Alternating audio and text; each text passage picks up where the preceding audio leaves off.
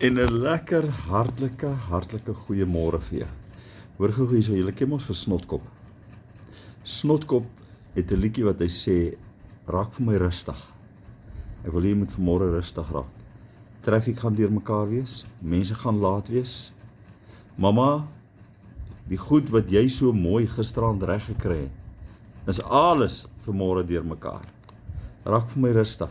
Spreuke 12 vers 15b sê die volgende, hy sê, dis net 'n dom mens wat dink dat hy alleen reg is. Wat dink dat hy alleen oor die waarheid beskik. 'n Wyse mens sal altyd graag na iemand anders se raad wil luister. Hier's vir jou 'n klein bietjie raad vanmôre. Raak vir my rustig. Die skole begin, dit gaan deurmekaar wees.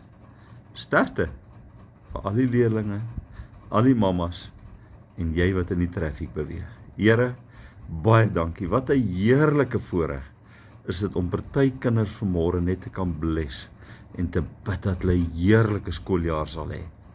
Die wat al lankal gewoond is daaraan, die nuwe matrikulante, die nuwe graad RR, die nuwe graad 1s, Here, hulle wat vir die eerste keer hoërskool toe gaan, hulle wat vir die eerste keer nou standaard 5 toe gaan en die seniors is van die laerskool. Here, bless hulle almal. En gee Here Jesus dat ons in ons hart vanmôre rustig sal wees oor hierdie dag. Amen. Jy moet 'n baie lekker dag hê. Bye bye.